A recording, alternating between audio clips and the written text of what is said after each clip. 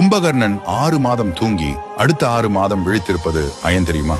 கும்பகர்ணன் இராவணனின் சகோதரரான சக்தி வாய்ந்த அசுரன் முனிவர் துர்வாசரால் என்றென்றும் தூங்கும் நிலையில் சபிக்கப்பட்டார். இருப்பினும் இராவணனின் பிரார்த்தனைக்காக பிரம்மா அந்த சாபத்தை மாற்றி கும்பகர்ணன் 6 மாதங்கள் தூங்கி அடுத்த 6 மாதங்கள் விழித்திருக்க அனுமதித்தார். இந்த சாபம் உருவாகியதற்கு காரணம், ஒரு யாகத்தில் கும்பகர்ணன் துர்வாசரின் சாபத்தின் தாக்கத்தில் தவறுதலாக நித்ராவத்வம், நிரந்தர உறக்கம் கேட்டுவிட்டார். நிர்தேவத்துவம், தேவர்களை அழித்தல் கேட்கும் பதிலாக. இந்த தவறை சரி செய்ய இராவணன் பிரார்த்தனை செய்து பிரம்மாவிடம் சாபத்தை குறைக்குமாறு கேட்டுக்கொண்டார். இதனால் கும்பகர்ணன் 6 மாதங்கள் தூங்கி மற்ற 6 மாதங்கள் விழிக்க அனுமதிக்கப்பட்டார்.